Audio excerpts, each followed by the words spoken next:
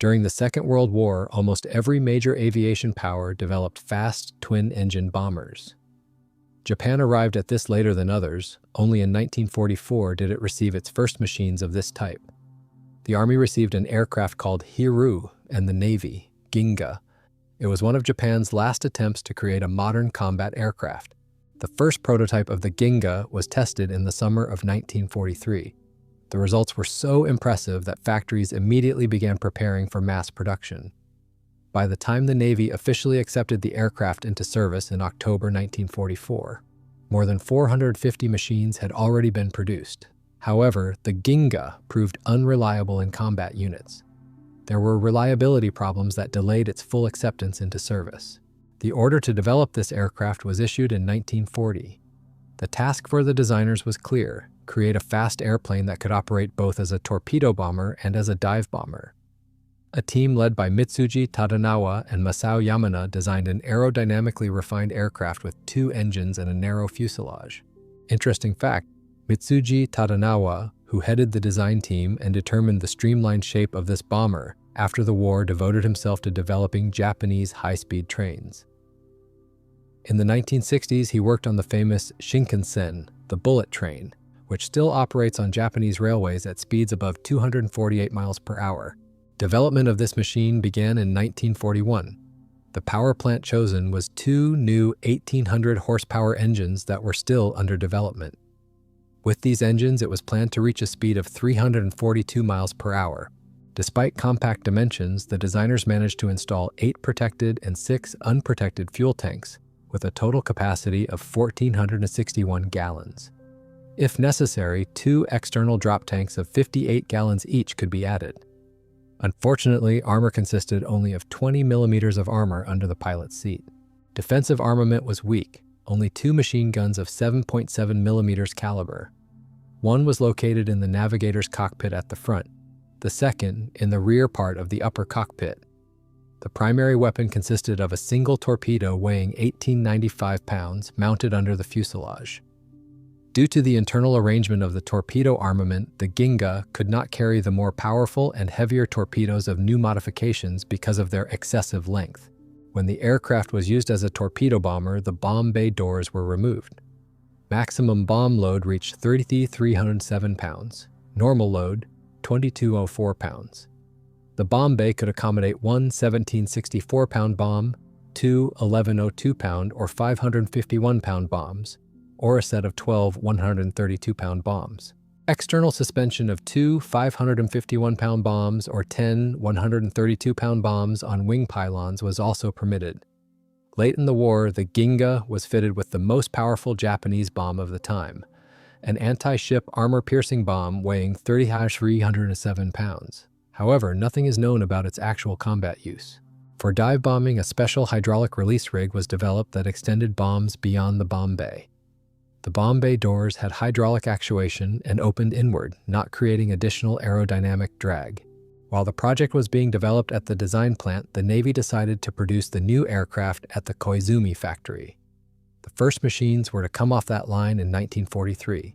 In February 1943, the last of the older heavy bombers rolled off the factory line and production was reoriented to the new machine. The Ginga opened a new class of aircraft for the Japanese Navy: twin-engined carrier-based dive bombers. The Ginga became the first and only representative of this class in Japanese aviation. It symbolized Japan's last attempt to create a competitive and modern combat aircraft in the midst of the Second World War.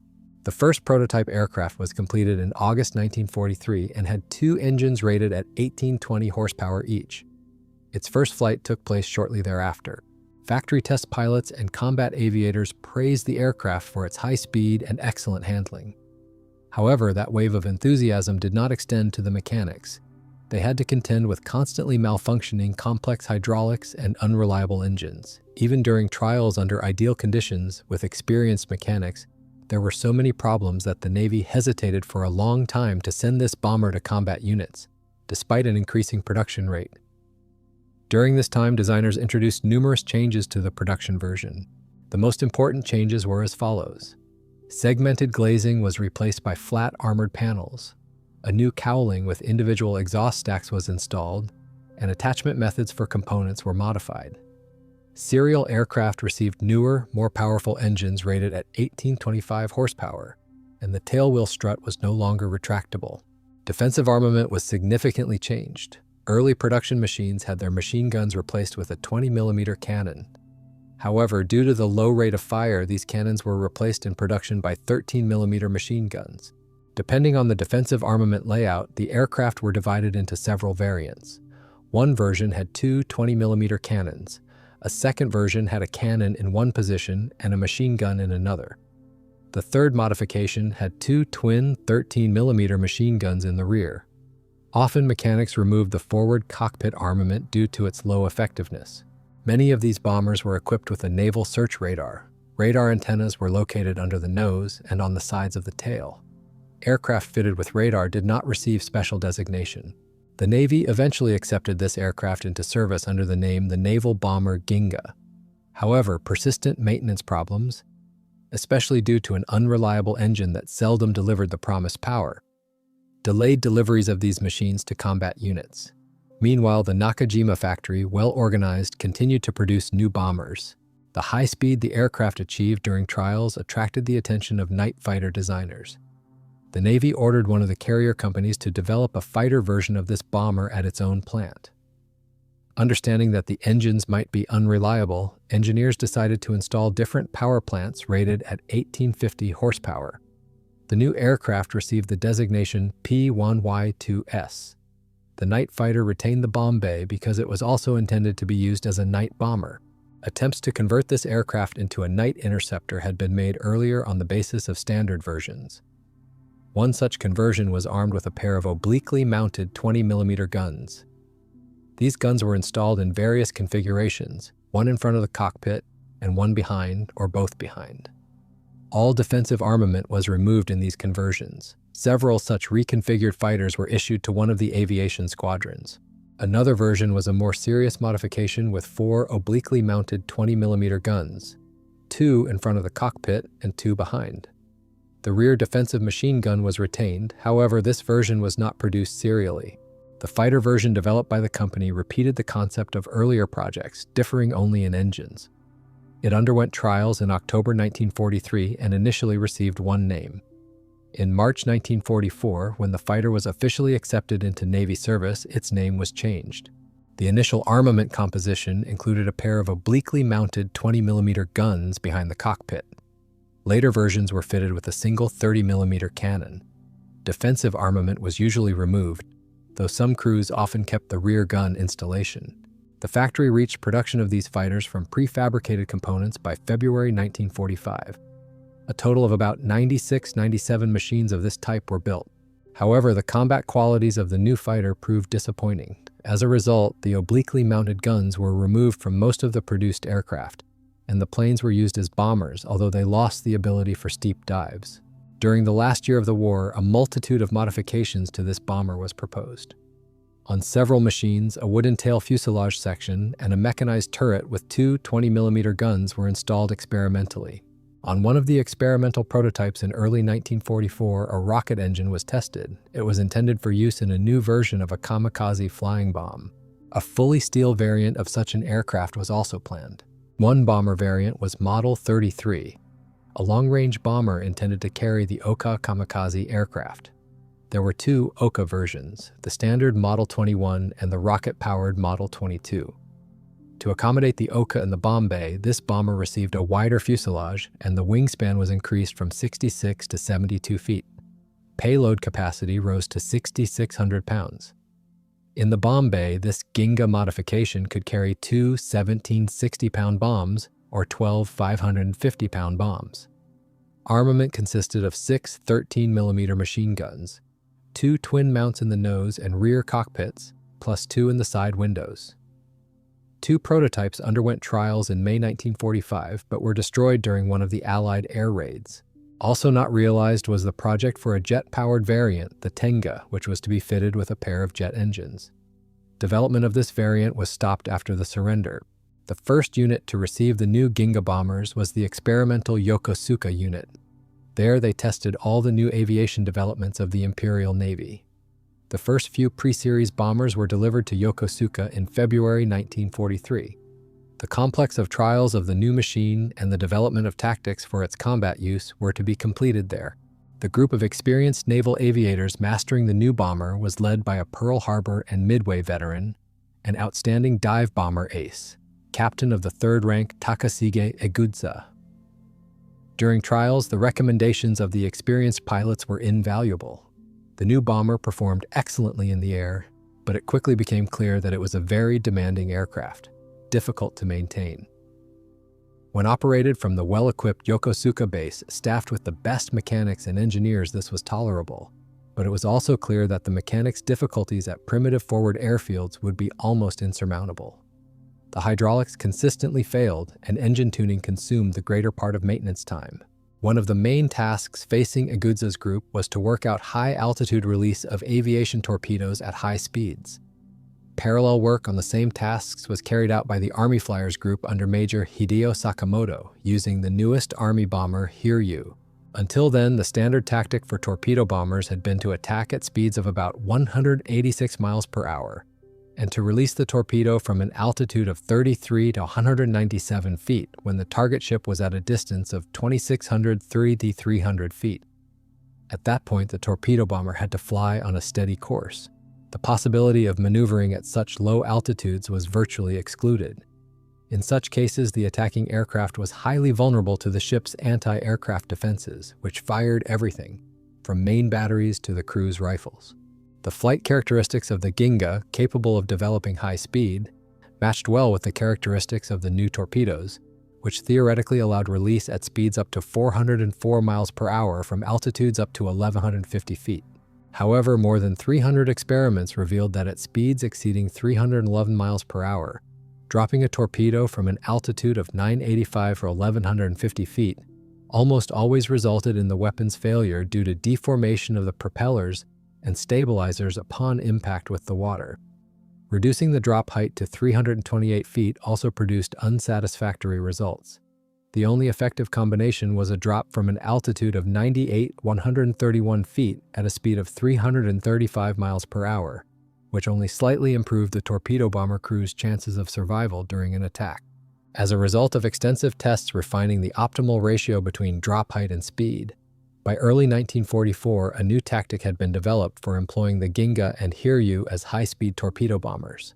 The approach to the target was performed at maximum speed, 342 miles per hour, at an altitude of 4,920 feet, followed by a dive and torpedo release at 328 feet at a speed of 286 miles per hour, or 164 to 394 feet at a speed of 348 miles per hour. In addition to perfecting torpedo attack tactics, Eguza's group actively trained in dive bombing techniques with the Ginga bomber, achieving considerable success. The new bomber could dive at speeds up to 441 miles per hour at angles of 60 to 70 degrees, providing bombing accuracy nearly equal to that of single-engine carrier-based aircraft. The only thing left was to apply this in real combat. The first truly combat-ready unit to receive the bombers was the 551st Air Group, formed on September 1, 1943. Its commander was again Captain 3rd Rank Takashige Eguza. The 521st Air Group became part of the reorganized 1st Air Fleet under Vice Admiral Kakuji Kakuta. By May 1944, it became clear that an American landing on the Mariana Islands was imminent. Kakuta transferred his forces to the area of the expected battles. His headquarters was located on Tinian Island, while aircraft were stationed on the Mariana and Caroline Islands, as well as on Iwo Jima and Truk, from where they could be quickly redeployed to any threatened sector once the Americans began their assault. On April 18, 1944, the 521st Air Group, which had received the name Phoenix Attack Unit, departed on a long-range flight from the Kisarazu Air Base to Miyajima Island, the Japanese name for Guam in the Mariana Archipelago. Based at the Tomioka Airfield on Guam, the 521st Air Group was to become part of the forces opposing the upcoming American invasion of the Marianas 2 months later. Soon after, the 522nd, 523rd, and 524th Air Groups, also equipped with new Ginga bombers, were transferred to the combat zone. The total number of these aircraft in the 4 air groups reached 60.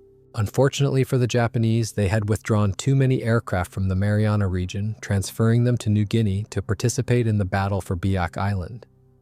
As a result, many planes were lost in vain, and a large number of pilots fell ill with malaria.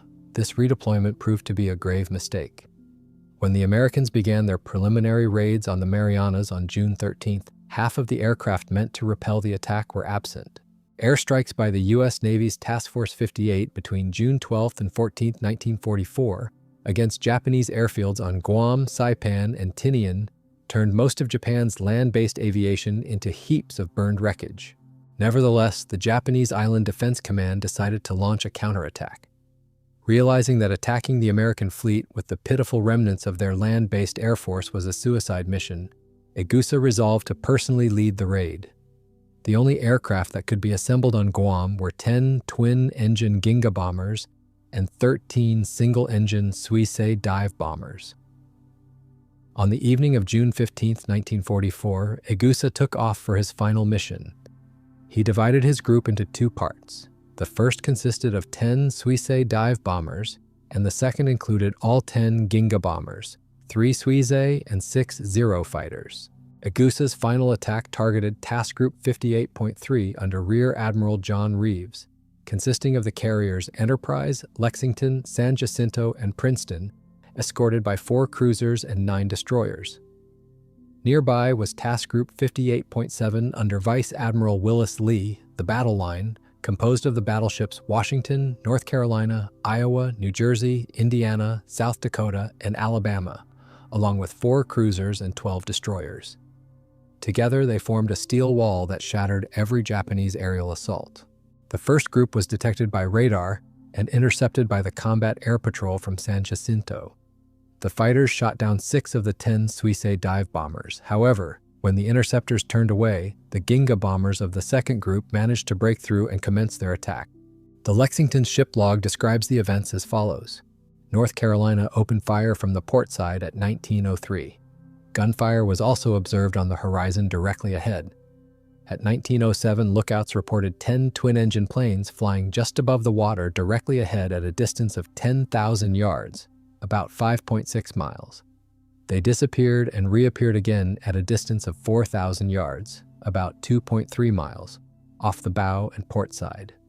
All ships of the task group opened fire. During the next 4 minutes, 8 aircraft attacked the ship. 4 caught fire and were shot down, while another crashed into the sea for unknown reasons. Lexington shot down 5 planes confirmed and 2 probably. The wakes of 4 torpedoes were observed and likely a 5th as well. 2 passed within only 10 yards, about 9 meters of the hull on either side. The crew believes the attackers were Ginga aircraft, new enemy light bombers. In this engagement with enemy aircraft, 18 personnel were injured. 11 sustained minor wounds, but 7 were serious enough to require hospitalization. 1 man suffered a severe chest wound from shrapnel, 3 received multiple fragment wounds, 1 had ruptured eardrums, and 2 sustained facial burns from gunfire. The logbook of the aircraft carrier San Jacinto records nearly the same. Despite the success of the air patrol, 8 enemy aircraft broke through our formation and attempted a torpedo attack. The group executed a series of turns on the commander's order to evade, and all ships opened fire. All 8 aircraft were shot down by shipboard anti-aircraft guns, and none of the ships sustained damage, although 1 bomb exploded near the starboard side of the Enterprise without causing harm. San Jacinto shot down 1 bomber that was attacking Enterprise. Apparently, all enemy attacks were aimed at the 2 large aircraft carriers. In his final assault, Takashige Igusa managed to achieve surprise. However, despite all his courage, Igusa's hopes for success proved futile. By the end of the battles in the Mariana Islands, Air Groups 551, 552, 553, and 554 had ceased to exist and were disbanded from the fleet. Around the same time, the Allies, encountering for the first time the new Japanese bomber, assigned it the traditional code name Francis. At the beginning of the battles for Formosa and the Philippines in the autumn of 1944, Ginga bombers were being supplied as replacements for losses in naval air groups previously equipped with Betty land-based bombers. The 701st, 706th, 752nd, 761st, 762nd, 763rd, and 765th air groups. Only the 752nd Air Group had been almost completely re-equipped with them by early 1945, and even then soon replaced their Gingas with new single-engine Ryusei aircraft. During the bloody battles for the Philippines and Formosa, an increasing number of Ginga bombers adopted the Tokatai, special attack tactic. In truth, classical attacks under conditions of the Allies' overwhelming numerical and qualitative air superiority hardly differed from kamikaze actions anymore. The Ginga kamikaze bombers were organized into small groups with individual names and quickly perished. The results of their operations were insignificant. On the morning of November 1, 1944, Task Group 77.1 under Rear Admiral Hughes Wiley was attacked by 14 aircraft, Betty and Ginga bombers, and 0 fighters. Since no carriers were found, the full force of the kamikaze strikes fell upon the destroyers performing anti-submarine escort and radar picket duties at the entrance to Leyte Gulf. A squadron of Ginga bombers attempted to attack the Australian heavy cruiser Shropshire, but met with a barrage of fire from all ships. 2 planes were destroyed, but one hid in a cloud, and from there, like a meteor, plunged toward the destroyer Claxton, Commander Hubbard. The gunners of Claxton met it with fire from their 40mm guns, forcing the plane to veer off course. However, it crashed into the sea right beside the destroyer, and the explosion killed 4 members of Claxton's crew and wounded 24 more. The ship sustained serious damage. Despite this, the destroyer continued to fight. By noon, thanks to the efforts of the damage control team, it was already capable of making 15 knots. On November 11, 1944, the destroyer Ammon was struck by a suicide pilot flying a Ginga bomber. The twin-engine aircraft attempted to attack but was shot down. In flames, it went into a steep dive toward the destroyer, destroyed the bridge, and crashed into the water. 5 men were killed and 21 were wounded. In his book Kamikaze, Suicide Pilots, author Yuri Ivanov vividly describes the destruction of the escort carrier Amine Bay by a Ginga bomber. Early in the morning of January 4, 1945, the covering fighters repelled an attempt by kamikaze to reach the ships in the Sulu Sea. Throughout the day, several air raid alarms were sounded. Shortly after 5 in the evening, radar detected a group of 15 aircraft approaching from the west. The Japanese were awaited, and at a long distance from the ships, Army Thunderbolt fighters engaged them in battle. The Japanese suffered losses and left the combat zone. Therefore, the sudden kamikaze attack at 1712 came as a complete surprise to the Americans. The escort carrier Amine Bay was preparing to take on fuel. The crew was having dinner. Suddenly, unnoticed by anyone, a twin-engine Ginga bomber went into a steep dive toward the carrier. Only from the battleship New Mexico was the aircraft noticed, and several salvos were fired at it. Only then did the observers on Amine Bay see the plane diving toward them at a 45-degree angle from an altitude of 1,300 feet. But it was too late to act. The plane skimmed just 3 feet over the open bridge. The captain and his officers barely managed to duck, tore off the signal bridge with everyone on it, and exploded on the flight deck. One bomb pierced the deck and exploded in the engine room, another on the hangar deck. The kamikaze aircraft hit an Avenger torpedo bomber parked there, which ignited, spreading fire around. The hangar turned into an inferno. The bomb damaged several aircraft. Fueled and armed, they began exploding one after another. Within seconds, the entire forward part of the hangar was a sea of fire. From the intense heat, the ship's bulkheads warped and burst, helping the flames to spread. Communications and lighting failed, and pressure in the fire mains dropped. The fire spread rapidly. The heat forced men to seek safety overboard. Just over half an hour after the kamikaze attack, the order to abandon ship had to be given. At 1818, a thunderous, massive explosion, the detonation of torpedoes stored in the aft magazine, roared out. At 8 in the evening, a torpedo from the destroyer Burns sent the dying ship to the bottom of the Sulu Sea. 95 men were killed and 65 wounded. Author Yuri Ivanov attributes the sinking of Amine Bay to the commander of the group, Lieutenant Kazan Manin. However, no strike group under that name existed. Most likely, the attack was carried out by one of the crews from the Dragon Strike Group of the 761st Air Group, which operated Ginga bombers. Another dramatic episode in the history of the Ginga bomber was the long-range kamikaze raid of 24 Ginga aircraft against the American base at Ulithi Atoll in the Caroline Islands. The operation, named Tango, began preparation in early March 1945 when, after the capture of Iwo Jima, an American task force arrived at the base on Ulithi Atoll. At that time, the 762nd Air Group formed a special strike unit called Azusa, consisting of 24 Ginga bombers. Most of the Azusa unit crews were volunteers from the 262nd Air Group. During February and the first half of March, the pilots of the group trained at Toyohashi Air Base, familiarizing themselves with the new bombers and practicing flight and attack maneuvers. Training continued at the Miyazaki base.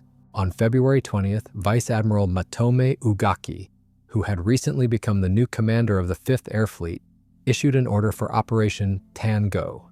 Scheduled for March 10th, the Azusa strike group included 24 Ginga bombers, each carrying a 160-pound bomb and 72 crew members. A larger number of operational bombers simply could not be assembled. The group was led by Lieutenant Kurumaru Naoto. Early in the morning of March 11, 1945, the Azusa group took off from Kanoya Air Base. The first to take off were 2 large flying boats that were to act as group leaders and record the results of the raid. However, one of them soon encountered an American patrol bomber, Privateer, and was shot down. The second lost contact with the strike group shortly after takeoff, as it was forced to detour around a rain squall. 5 P1Y bombers were forced to return immediately after takeoff due to engine problems. 2 more aircraft went missing during the flight. 3 planes made emergency landings on Yap Island about 125 miles from the target. One of them was the aircraft of the group commander, Lieutenant Kurumaru Naoto, who crashed his bomber while attempting to land. Another ditched in the sea near the island and sank. 2 of the 3 crew members were mistakenly killed by garrison soldiers who took the aircraft for an American one. Only the 3rd bomber, piloted by Warrant Officer Ochiai, managed to land at a local airfield and, after fixing the malfunctions a few days later, flew back to Japan, together with 7 surviving crew members. The remaining 17 aircraft reached the target at sunset, around 7 in the evening. But since they had to deviate significantly from the course, their fuel was almost exhausted. 12 bombers failed to reach the American base by only a few miles, crashing into the sea one after another. Only 1 crew managed to ram the aircraft carrier Randolph at 8 o'clock in the evening local time, hitting the stern of the ship. However, the bomb, after piercing the flight deck, exploded in the water, and the aircraft itself, having empty fuel tanks, caused minimal damage. On the Randolph, 25 men were killed, 3 went missing, and 106 were wounded. But within 3 weeks, the ship was back in service. Another Ginga bomber mistook an illuminated golf course for an aircraft carrier and crashed onto it in the dark, causing little damage to the base. It is most likely that the crew of Lieutenant Koetsu Fukuda, along with Navigator Senior Petty Officer Takeshi Igai and Radio Gunner Chief Petty Officer Kenji Ota, carried out the strike on the Randolph. The bodies of 5 out of 6 crew members who attacked the base were found by the Americans and buried on the islet of Falaput. Almost all the crews of the 7 surviving bombers died in combat over the following 2 months. Only 2 men survived the war. One of these lucky ones was the former group commander Kurumaru Naoto. The second was the only surviving crew member from the aircraft that crash-landed on Yap Island. Radio Gunner Chief Petty Officer Toshio Yoshida, who lived safely into modern times. He was still alive in 2007. The submerged wreckage of this aircraft was discovered by divers off the coast of Ramung Islet, part of the Yap archipelago, in 2006. The last battle in which Ginga bombers were actively used was the Battle of Okinawa. During March-May 1945, these aircraft were employed both as conventional bombers and as kamikaze. However, due to the chaos of that time and the lack of accurate loss records in the Japanese Air Force, it is difficult to assess the effectiveness of this particular type of aircraft. Different units claimed credit for the same victories. American reports were also inaccurate, since for them all, Japanese fighters were identified as Zero, single-engine bombers as Judy, and twin-engine bombers as Betty.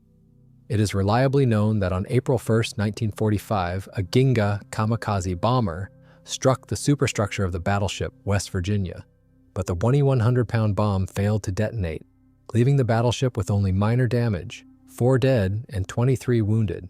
There were also claims from American fighters. On August 5, 1945, over the East China Sea, a pair of FM-2 fighters from a squadron aboard the carrier Macon Island intercepted two Francis bombers at 2 o'clock in the afternoon. One aircraft was shot down by Lieutenant Frank Yates, who hit it just above the water surface. The other bomber fell victim to Lieutenant Colonel Don Yost flying an F-4U Corsair. That same day, at 5:30 in the evening, 4 FM-2 fighters from the carrier Lunga Point intercepted a lone P1Y Ginga bomber. The flight leader, Captain E.R. Beckwith, shot down the Japanese aircraft 55 miles from his formation. Another interesting episode associated with these bombers: at the final stage of the war, a large-scale joint sabotage operation against the bases of American heavy aviation on the Mariana Islands was planned. It received the name Operation Ken, Sword. A special airborne naval unit consisting of 60 Betty bombers was to land on the airfields of Saipan, Tinian, and Guam, deploying groups of Army paratrooper volunteers, 8 men per aircraft, and bomber crew members, 7 men per aircraft, whose task was to destroy as many B-29 aircraft as possible. To support the paratroopers' actions, a plan was developed involving about 70 bombers Ginga converted into assault aircraft, each armed with 12 20mm cannons mounted in a ventral gondola, 8 of them directed forward and downward and 4 backward and downward.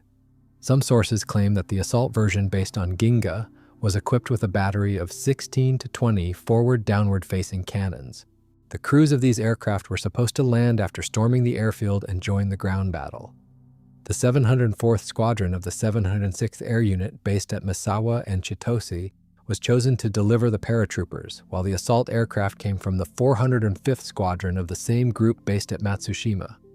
Preparation, which began in June, included the modification of transport aircraft, preparation of magnetic mines, paratrooper uniforms modeled after American ones, special rations, crew assignments, and so on. A full-scale mock-up of a B-29 was built, on which nightly training sessions for demolition and arson were conducted. A significant problem was the near maximum takeoff weight of the bomber, almost 34,200 pounds, including fuel for the flight to the Mariana Islands, paratroopers, weapons, motorcycles or bicycles, and other equipment, which raised doubts about the ability of young pilots to take off safely and then land. The operation was scheduled for the night of the full moon on July 14th, but on the 10th, an American air raid destroyed 6 converted G-4M bombers and more than 20 P-1Y aircraft. Therefore, the Japanese postponed the operation to the next full moon night, August 19th. However, for obvious reasons, the operation never took place. In August 1945, the career of the P1Y Ginga bomber came to an end. From August 1943, a total of 199 aircraft of this type were produced, 45 in 1943, 620 in 1944, and 434 in 1945.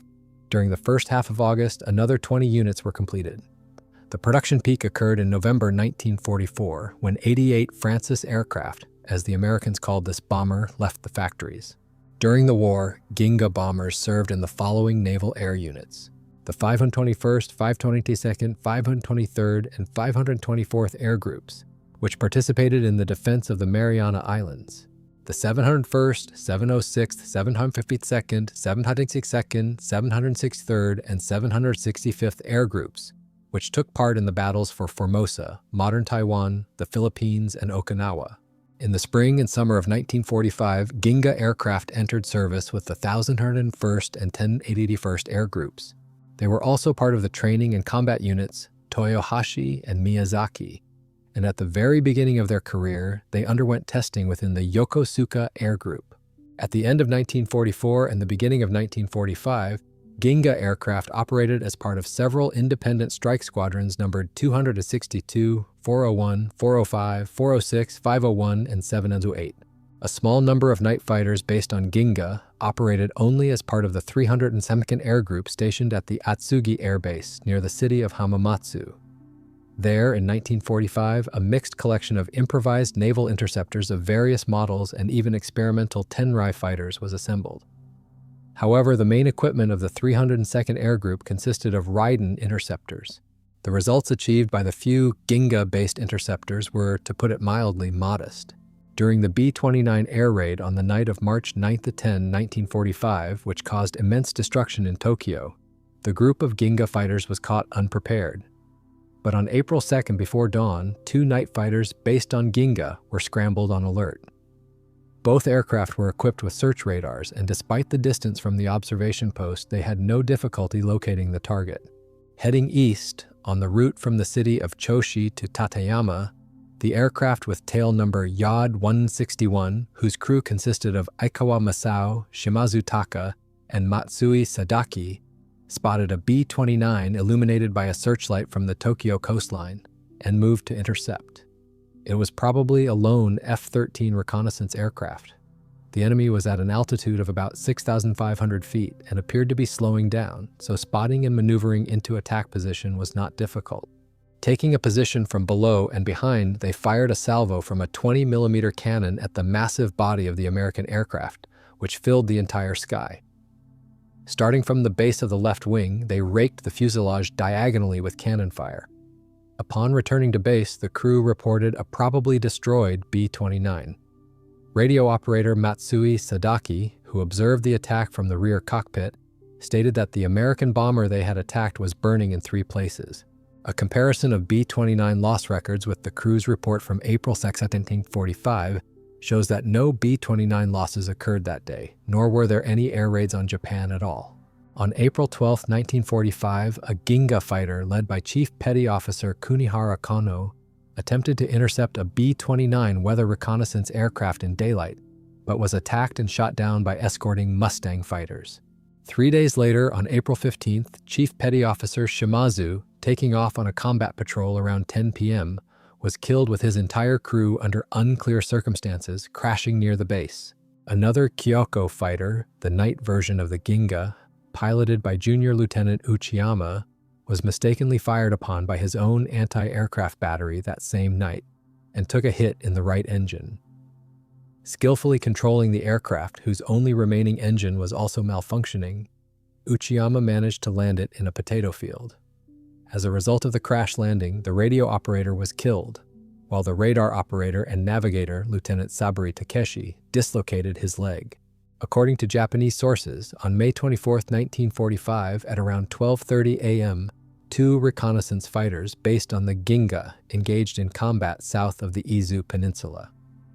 The details remain unclear, but Captain Lieutenant Yamamoto Toshimaru reported 1 enemy aircraft destroyed and another damaged upon returning.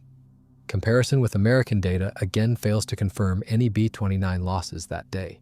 During the night of May 25-26, after receiving information about a large group of Mustangs heading toward Atsugi Air Base, the remnants of the 302nd Air Group, consisting of 20 aircraft, among which only 1 serviceable fighter based on the Ginga remained, retreated to the Army airfield in the city of Maebashi, Gunma Prefecture.